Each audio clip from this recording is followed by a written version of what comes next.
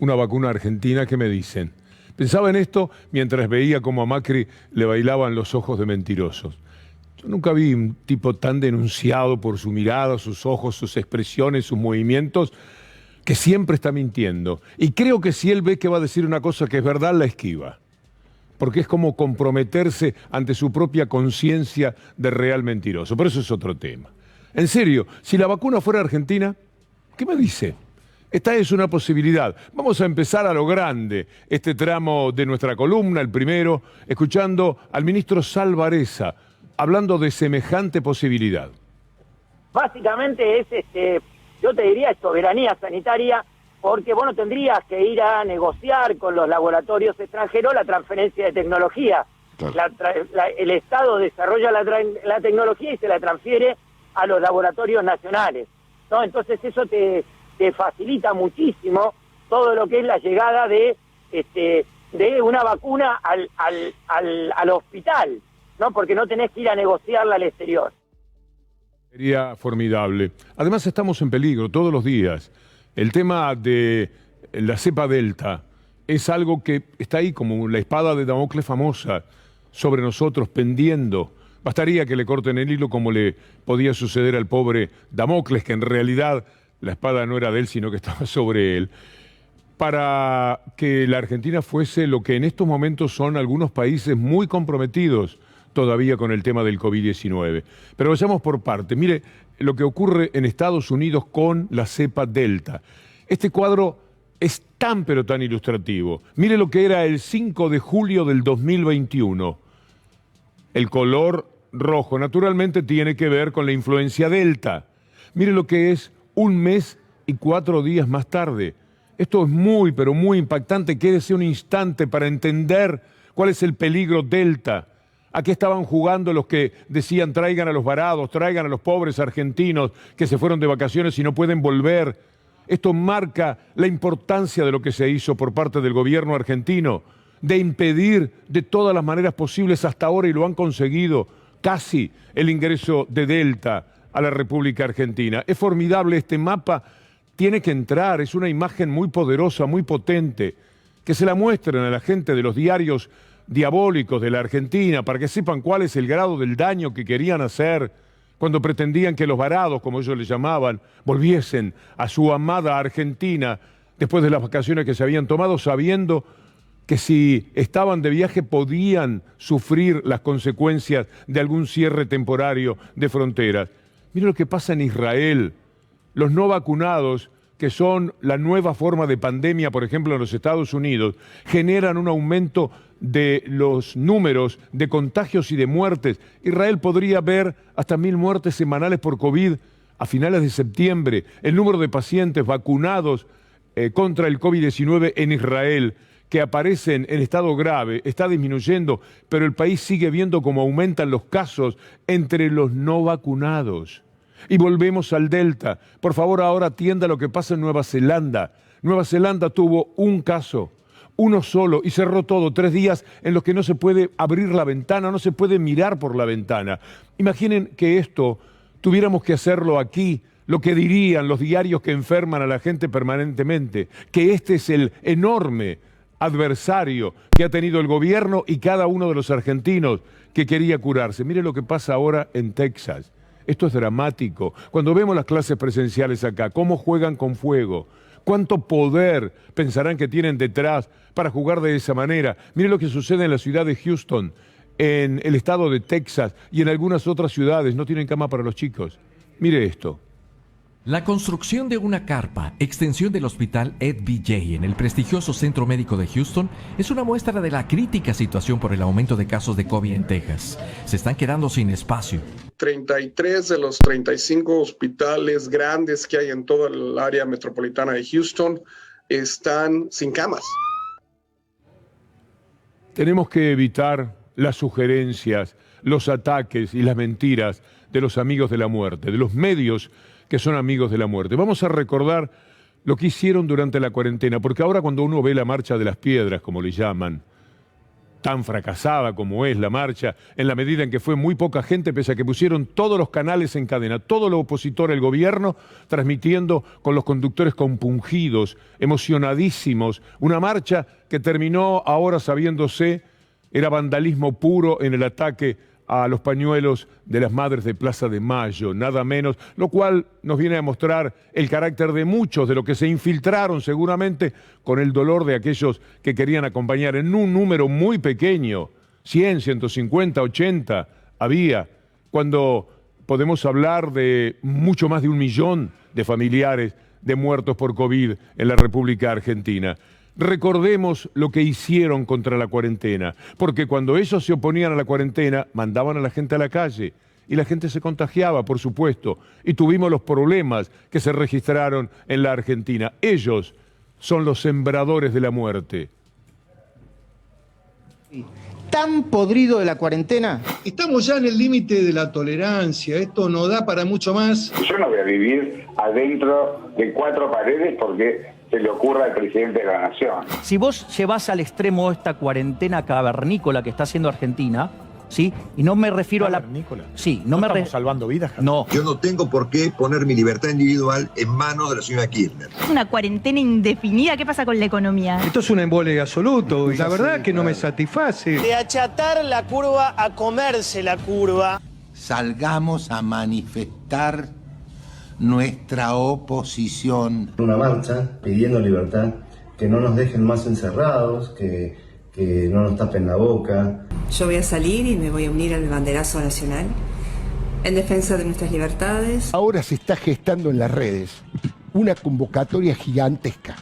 Tienen consignas sanmartinianas. El 17A hay que demostrar que los buenos somos más. Hagamos que se note. Era el día de San Martín. Era 17 de agosto. Y esta era la campaña, en esos días, realizada por los medios, pero particularmente la marcha del 17 de agosto. ¿Usted se acuerda lo que sucedió con esa marcha? Ahí dice los agitadores del contagio y el anticuidado, los sembradores de la muerte, también podemos poner, porque indudablemente a eso colaboraron. Mire lo que ocurría con el diario Clarín cuando anunciaba, para entusiasmar a la gente, así será la marcha de mañana.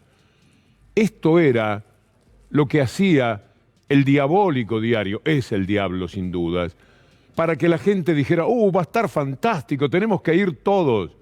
Así serán las protestas frente al Congreso, así serán. Esto no es el día siguiente a la marcha mostrando, bueno, el valor periodístico que pueda tener una foto, no. Esta es la incitación violenta, terrible, a que la gente fuera.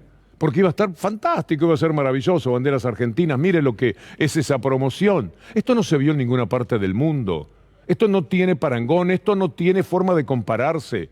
No hay un país donde se tenga un periodismo más horrendo que el que estamos viendo recién en ese clip que presentábamos o en esta tapa. Así serán las protestas frente al Congreso. Bravo, Mañeto, magnífico. Pero no les fue bien en aquella marcha, ¿eh? No fue tanta gente, ni por asomo, como la que ellos soñaban. Como tampoco les fue demasiada gente a la marchita de las piedras. Ellos inventaron una marcha de las piedras.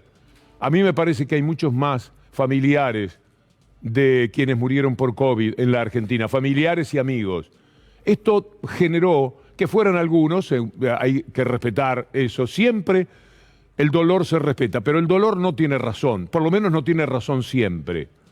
Y los que estaban ahí infiltrados y cometieron vandalismo, como vamos a ver, contra las baldosas, los pañuelos de las madres de Plaza de Mayo, no estaban llorando a sus muertos, estaban infiltrados entre los que verdaderamente expresaban su dolor, que de todas maneras habría que decirles, cuidado, este dolor frente a la Casa Rosada, como si fueran los culpables, ese dolor llévenlo a la vereda de Clarín, en todo caso, que fueron los que les decían a ustedes lo maravilloso que iba a ser la marcha para que se contagiaran. ¿Cuántos se contagiaron en función de las malditas marchas que ellos promovían y que se les divertía, que eran de carácter político o directamente contra el gobierno, lo cual también es de carácter político? Mire, vamos a mostrarle con un dron, bueno, este era el dron, lo que eran las piedras, porque ellos no lo mostraban así. Ellos mostraban los primeros planos, las piedras y la gente en el primer plano. Esto era lo que exhibían.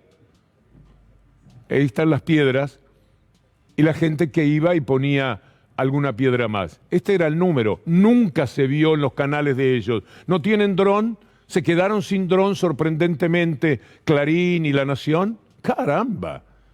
Porque no lo querían mostrar, lógico. Porque entonces quedaba desnudado que toda esa miseria humana que expresaban en sus rostros compungidos no tenía el mínimo sentido. Era un mamarracho, era una vergüenza, una más de tantas que hay que padecer.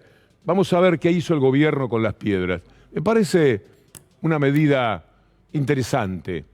Tomaron las piedras, las entraron y van a hacer con eso una obra de arte, algo que evoque verdaderamente a las víctimas del COVID-19.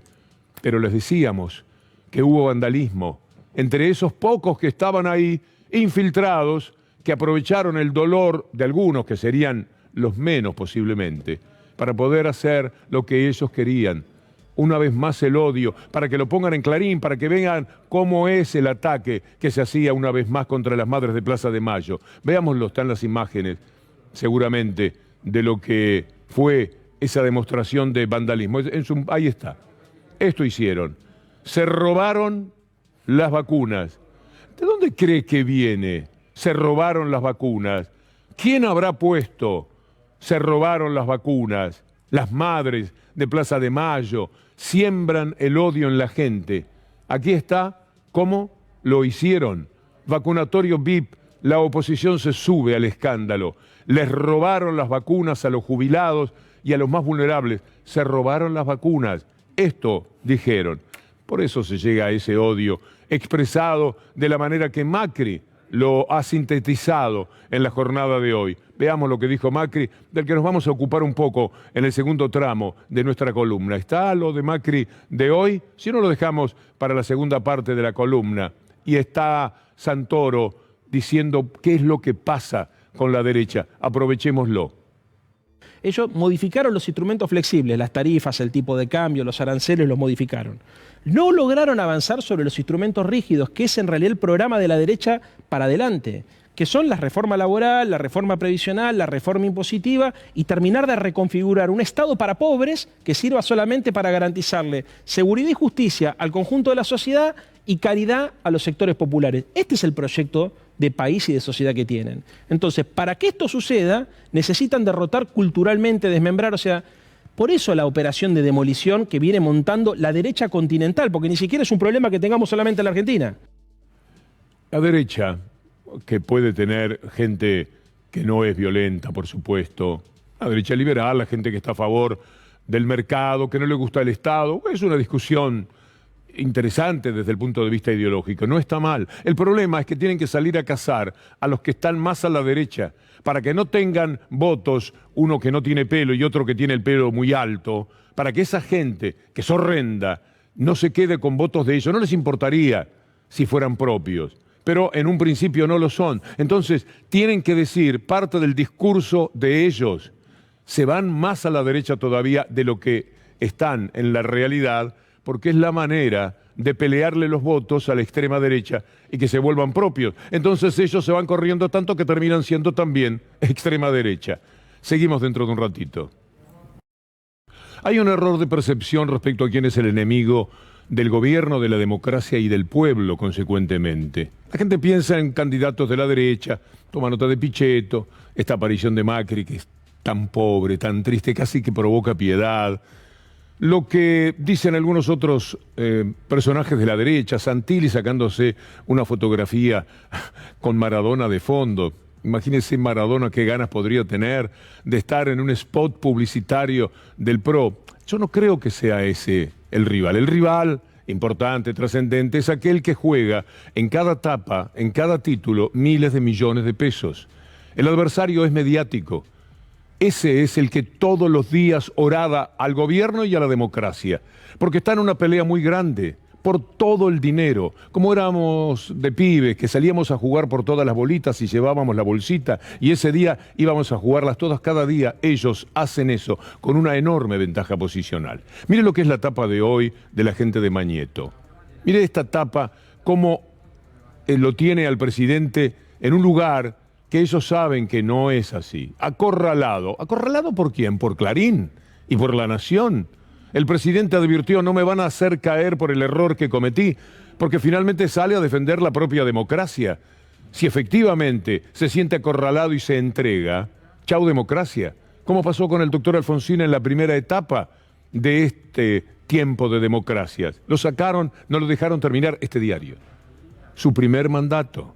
En consecuencia, es muy interesante ver y saber qué es lo que hay detrás de cada una de esas miserables, mafiosas tapas. Acorralado el presidente. ¿Usted lo ve acorralado? Vamos a mostrarles cuál es el corral que ellos mencionan. Vamos a empezar por Cristina Fernández de Kirchner, cuando le dice algo interesante a Alberto Fernández. Comenzaba en el país una cacería de opositores y una persecución judicial sin precedentes a los que hoy hablan de la República. ¿Dónde estaban cuando se perseguía y se encarcelaba opositores sin juicio? ¿Dónde estaban cuando se encarcelaban a dueños de medios de comunicación a los cuales se les había pedido previamente que acompañaran la campaña mediática judicial para meterme presa? ¿De qué república nos hablan? Los que conformaron mesas judiciales, con algunos de los integrantes hoy prófugos. Ninguno de nosotros se fue del país para eludir la acción de la justicia. Todos pusimos la cara y el cuerpo. Y nos vienen a dar lecciones de república. ¿Qué república era aquella? República de Morondanga era. Por eso, Alberto, yo te pido, no te enojes ni te pongas nervioso, porque ¿sabés qué pasa? Cuando uno es presidente o presidenta en nombre de una fuerza nacional y popular, los errores, las fallas, las equivocaciones, las transgresiones inclusive a normas que uno puede tener, se magnifican en el caso de los gobiernos populares y se exacerban para irritar, para indignar. Mientras tanto se han ocultado descarada y ostensiblemente la entrega de un país, el endeudamiento sin límites. Todos saben de qué estoy hablando. Todos saben que si una hermana mía hubiera blanqueado 35 millones de dólares, yo no estaría acá. Y sin embargo no ha pasado nada y no he escuchado ningún escándalo. Porque todos aquellos dirigentes que militan, que organizan, que se involucran, que bajan al territorio, que se meten los pies en el barro, son desde la política la que se salva la política. Y no necesitan, como si por ahí los arribistas o los oportunistas, de la operación de prensa del momento para contestar la política. Nosotros no necesitamos operadores de prensa ni operaciones de prensa. Somos militantes, tenemos representación y eso es lo que enaltece y convoca a la política. No parecen acorralados, ¿eh? No dan esa sensación. El mismo hombre que le dijo al doctor Alfonsín cuando pedía terminar su mandato, por lo menos porque era el primero de la democracia, usted es un estorbo, tiene que apartarse, doctor. El mismo personaje, el dueño de ese diario, hoy escribe en sus adláteres que está acorralado Alberto Fernández. La impresión con lo que vamos a ver no da eso, ¿eh? Para que cierre rápido con el fondo. Si no cierran con el fondo, la economía no tiene futuro.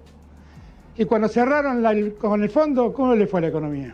Aprendí con Néstor a no claudicar frente a los poderosos, a plantarnos más firmes que nunca frente a los poderosos. a no arrodillarnos ni ante el fondo, ni ante los acreedores, ni ante ningún poder que pueda conducir a que los argentinos sufran lo que los argentinos no deben sufrir.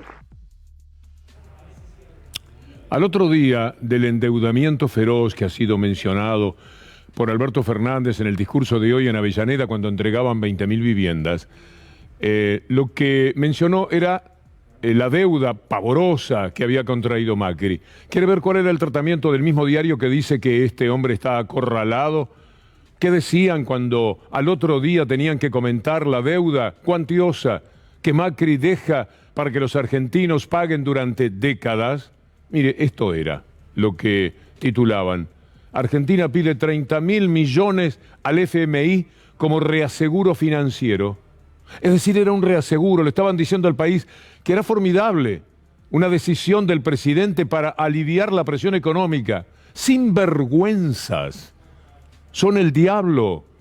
Esto era lo que ponían el 9 de mayo del 2018, cuando ya sin crédito internacional, porque no le daban un peso, los privados, esos con los que ya arregló este gobierno, a través de la gestión de Martín Guzmán, salieron a buscar el Fondo Monetario Internacional y consiguieron que Trump, otro delincuente internacional, hiciera que el fondo les diese ese dinero. Pedían 30.000, de alguna manera, ¿cómo será la mano cuando después le dieron más 56.000, de los cuales entraron 40 y pico de miles de millones? Es una barbaridad. Y mientras tanto, Macri se anima a decir con Morales Solá, pobre, a mí también me da un poco de pena a esta altura Morales Solá. Mire cómo era el diálogo. ¿Cómo explica usted que haya tomado tanta deuda? Bueno, vamos por orden, porque esta es parte de la mentira de todos los días, ¿no? Igual que la foto de Olivos, es toda una mentira, que ellos llaman relato. El fondo no vino a hacer un negocio, vino a ayudar a Argentina. Nos prestó un crédito, ¿para qué? Para que paguemos las deudas que estaban venciendo y que ya no nos querían renovar los bancos por el miedo a que volviese el kirchnerismo. Entonces, cuando uno mira la deuda argentina antes del crédito del fondo y el día que me fui, es la misma deuda. Con lo cual, para aquellos que dicen, se fugaron la plata, se la llevaron los amigos de Macri, la deuda fue la misma. No es que debimos 50.000 millones más, es exactamente la misma. Entre el día que entró el crédito del fondo y el día que nos fuimos. Hay que ser bandido, animarse a decir esto. Le vamos a poner mejor que la propia expresidenta cuando, se acuerda, hace pocos días mostraba aquel cuadro en el cual, en la gráfica, la deuda estaba altísima, baja de 2004 hasta el 2015 de una manera acelerada, y cómo sube justamente en los tiempos de Macri. Y por supuesto eso ya serviría para demostrar la mentira. Pero no, vamos a poner al New York Times. Nos gusta más en este caso que sea el New York Times el que se pregunte quién tiene la culpa de la crisis económica en la Argentina. Durante el gobierno de Macri, la deuda pública ha crecido 53%, del 53% a más del 86% del Producto Bruto. Lo que no decía, porque ellos no toman nota de esto, el New York Times, es que la deuda pasaba toda prácticamente a ser en dólares, que es otro precio, por cierto. No es lo mismo una deuda en pesos y con gente de acá que una deuda en dólares y con los de afuera, que esa es la verdadera deuda de la Argentina. No residentes y en dólares. En pesos y con instituciones locales es una deuda manejable de otra manera, es otra la historia. Pero sigamos un poco más con Macri, ya que estamos con el personaje, hablando con Morales Solá de que aquí hubo un santo de presidente, un hombre que no persiguió periodistas ni jueces. ¿Quién tendría algo para decir en este mundo, en este país de Mauricio Macri? A ver, ¿quién? Claramente hoy vemos que hay un nivel de presión política que hace que todo se dilate, todo después de 4 años, en el cual ningún juez, ningún periodista se quejó jamás de ninguna presión del gobierno nacional, porque era otra cultura del poder, ya lo dijimos, una cultura del poder sana, que respetaba la independencia de los poderes, que creía en la transparencia, que creía en la información, que valoraba enormemente la libertad de expresión. Pobre del que alguna vez le creyó a Macri.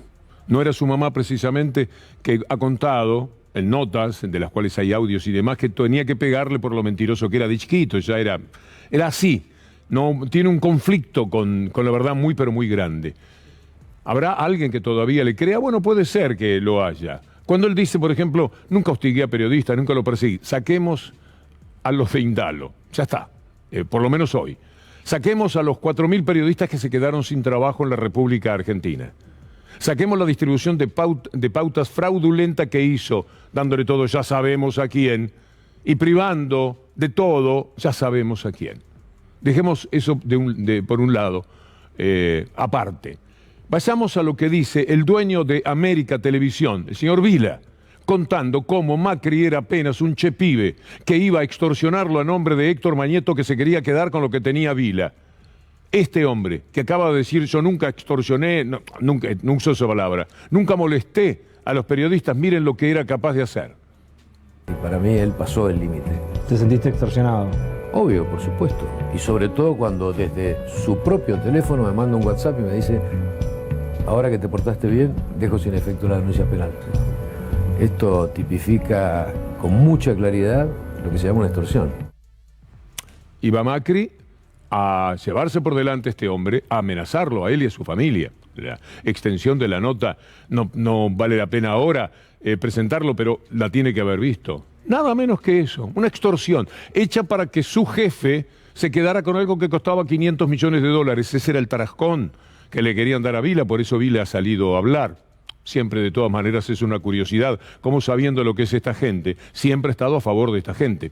Son las cosas inexplicables de esta vida. Es como los espiados, Larreta o Santilli, alguno de los cuales tuvo serios problemas familiares por ese espionaje, que de todas formas no quieren más nada, saber nada con eso, porque no les conviene políticamente. Son cuestiones de pertenencia. Pero esto existió en la Argentina. Un presidente que iba a nombre de una corporación a robar a un dueño de medio de comunicación, el que no les hacía absolutamente nada. Y de los jueces, vamos a tomar un solo ejemplo, Freiler, al que echó justamente la gente de Clarín porque opinó que Papel Prensa tenía las manos goteando sangre de la gente de Clarín, de la manera en que se habían apropiado de Papel Prensa. Pensaba eso, lo pagó muy caro, lo echaron. Mañana se van a cumplir 4 años. ¿Sabe cómo lo echaron? Con Lorenzetti secuestrando. Le vamos a contar la historia mañana porque es apasionante. Lorenzetti secuestraba a un senador, el presidente de la Corte Suprema, para que no fuera a votar en el lugar donde lo iban a echar a Freiler. Nada menos. Mire cómo es la información. Podemos ponerla, por favor. Ahí está. El ex juez Eduardo Freiler pidió volver a la Cámara Federal. Apuntó contra Macri por su destitución. Naturalmente, esto fue pergeñado entre Garabano, Torelli y toda la gente que tenían en ese momento, además, en el Consejo de la Magistratura. O sea que a los periodistas, para no poner periodistas rasos como uno, sino un capo de un medio, mire lo que le decía Vila. Jueces, mire lo que le decía un integrante de la Cámara Federal. Tan solo porque se había ganado la enemistad de aquellos que se quedaron con Papel Prensa en medio de tanta sangre, muerte y tortura como la que había en esa época, y ellos negociaban. No era cuestión de que le tenían miedo a la dictadura y entonces no decían algunas cosas que podrían haber dicho. Eso se puede tolerar. Lo que no se puede tolerar es que hacían negocios con esa gente y como parte de los negocios entregaban todo lo que periodísticamente entregaron y está en miles de títulos de aquella época. Vamos a mostrar otra vez la tapa de hoy para que usted sepa siempre a qué juegan. ¿Está acorralado el presidente de la República? ¿Usted cree que esto es así? Veámoslo. Acorralado, el presidente advirtió, no me van a hacer caer por el error que cometí. Lo que le importa a Clarín es la palabra esa, acorralado, el presidente no tiene salida. El pequeño golpe de Estado de todos los días cada vez para ellos está más cerca. Me parece que no van a tener ese gusto. Y para que usted sepa qué es lo que están buscando siempre, más dinero y más poder. Hoy Gustavo López del ENACOM, el vicepresidente, contó cómo se oponen al aumento de tarifas que otra vez en agosto y septiembre estos depredadores de la vida nacional quieren instalar. Entonces ENACOM les dice que no pueden. Y ahí está la pelea. Por eso es que sacan estas tapas, hostigando al presidente y al gobierno. Se trata de un pavoroso negocio que sostienen todos los días con su malicia de horrendo periodismo. El ENACOM ya lo advirtió en su resolución de julio de este año. No se permite ningún aumento de precios a ninguna empresa que no haya cumplido con la reglamentación establecida en el decreto 690, es decir, a todas aquellas que hayan aumentado por encima de lo permitido. Por ese motivo, como ya lo tenemos escrito, ninguna empresa que no haya cumplido con los aumentos autorizados por el ENACON será reconocido en los aumentos de los meses de agosto o los meses de septiembre. Es un punto de vista respetable el de aquellos que creen que la adversaria es, por ejemplo, María Eugenia Vidal, huyendo de la provincia para venir a la ciudad. Para mí, el adversario, el enemigo del pueblo, del gobierno y de la democracia, son estos señores mediáticos que se roban el país de esta manera, porque además no son solo dueños de un diario como sucede en cualquier parte del mundo, lo son de Telecom, de Nextel, de Fibertel, de Cablevisión, de todo lo que usted tiene en su casa, y de una manera extorsiva, porque usted no se puede negar, porque si no le cortan el servicio, tiene que pagarles a ellos lo que a ellos se les antoja, no lo que el gobierno que usted eligió, o buena parte de ustedes eligieron, les indica. Eso no se respeta. Gracias, Antonio, por este ratito. Volvemos en unos minutos. Permítanme, mientras llega Gustavo Silvestre, al que veo preparando todo con el famoso Charlie, para las 8, hablar de Afganistán y de lo que pasa en el mundo y lo que sucede con Estados Unidos cada vez que sale a hacer repúblicas y termina, ya sabemos cómo. Es impresionante la campaña de Estados Unidos, ese olfato que tienen para el petróleo, para los negocios, para la conveniencia. Entonces van en nombre de la república y hacen líos como este. A mí la impotencia de esta gente, el dolor, la desesperación, me llega como nunca quizás en imágenes internacionales. Miren lo que es esto, corriendo al lado de un avión para ver si ese avión consigue ayudarlos a escapar. Vamos a la otra imagen del avión, cuando ahí está cada uno de ellos tratando de treparse. Cuando intenta levantar vuelo se van a caer, se van a ir al vacío, no importa. Esto es demencial, pero también es fruto de la enorme desesperación que tienen los que allí tienen que sobrellevar ahora a los talibanes que vuelven al cabo de algunos años, que ya estuvieron en el poder y fue nefasto. Mataron a diestra y siniestra, fue atroz. Después de sacar a los rusos en el año 94 aproximadamente, se quedan con el poder un par de años más tarde, están unos años, no le caían para nada mal a los Estados Unidos, siempre el tema de ese olfato tan especial que tienen para el petróleo y para los negocios, se llevaron muy bien, era la época en la que tenían una buena relación con Osama Bin Laden, por ejemplo. Después las cosas fueron cambiando de tanta muerte y quisieron ayudar a construir la república y ahora sencillamente se van. El que bien describe esta situación es Michael Moore en Fahrenheit 9/11. ¿Se acuerda de esta película? Un bebedor empedernido como Bush y un ambicioso sin límites, un mediocre que no se puede entender, bueno, de tantos, no puede comprenderse cómo llegan a ciertos lugares. Dick Cheney, ojalá que usted haya visto la película El vicepresidente, porque ya no tengo nada que explicarle, con uno de los promotores de la guerra en Irak, en ese caso, siempre detrás del petróleo y los negocios, porque Dick Cheney hacía negocios con todo lo que tenían que arrimar a las empresas petroleras, darle la comida, el abastecimiento, etc. Vamos a ver la comparación que se hace ya entre lo que está pasando en Kabul, el horror, la muerte inminente y lo que sucedió en Saigón, la salida siempre de los Estados Unidos. Hay imágenes que de forma inmediata pasan a la historia. Esto es Kabul, en Afganistán, el domingo 15 de agosto de 2021. Esto es Saigón, Vietnam, el 30 de abril de 1975. El último helicóptero estadounidense recoge por una escalera a evacuados en su embajada. Paralelismos que desde Estados Unidos se niegan a aceptar. 20 años duró la guerra de Vietnam, de los cuales en más de 10 tuvo presencia directa Estados Unidos. El estrepitoso fracaso de Estados Unidos en Afganistán. Pero en estos 20 años no se ha ganado nada. Claro, recuerdan cuando llegaron en el 2001. Tampoco ganaron aquellos que con su disposición a respaldar a la Alianza Militar Occidental no solo arriesgaron su vida, sino también la de sus familias. Lo que está sucediendo ahora, igual de lo que había ocurrido en Vietnam. Vayamos a aquel recuerdo de lo que había sido Estados Unidos en su paso por Vietnam. Bueno, no lo tenemos, no importa, porque lo que vale ahora es decirles cuáles son las consecuencias. Seguramente hay muchísimas mujeres mirando en estos momentos C5N que no tienen demasiado claro ¿A qué forma de sometimiento están expuestas las mujeres ahora con los talibanes? Ya sabemos cómo son las cosas en esas áreas del mundo, pero esto todavía muchísimo peor, como dice Guterres, el hombre de la ONU. We are receiving chilling reports of severe restrictions on human rights throughout the country. And I am particularly concerned by accounts of mounting human rights violations against the women and girls of Afghanistan who fear a return to the darkest days. Afghans are a proud people with a rich cultural heritage. They have known generations of war and hardship. They deserve our full support. The following days will be pivotal. The world is watching. We cannot and must not abandon the people of Afghanistan. Una sucesión de disparates. Este es el mundo. El mundo los está mirando. Sí, ¿y qué? Mirá cómo tiemblan los talibanes. No podemos dejar solos a los habitantes de Afganistán. ¿Y qué es lo que hicieron? Sí se fueron. ¿Y entonces ahora qué? Estamos muy atentos. Mira cómo se van a preocupar los talibanes de esta actitud que tiene la ONU. La ONU. Bueno, una mujer cineasta que consigue escaparse, creo que ella es una buena síntesis de lo que se viene para las mujeres allí. طالبان وارد شهر شدن و ما داریم فرار میکنیم.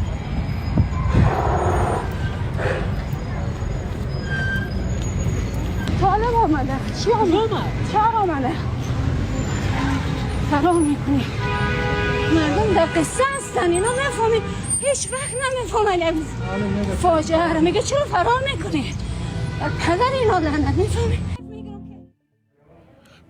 Para esto estuvieron 20 años allí los Estados Unidos. Antes había sido la Unión Soviética, cuando Estados Unidos era amiga de Osama Bin Laden.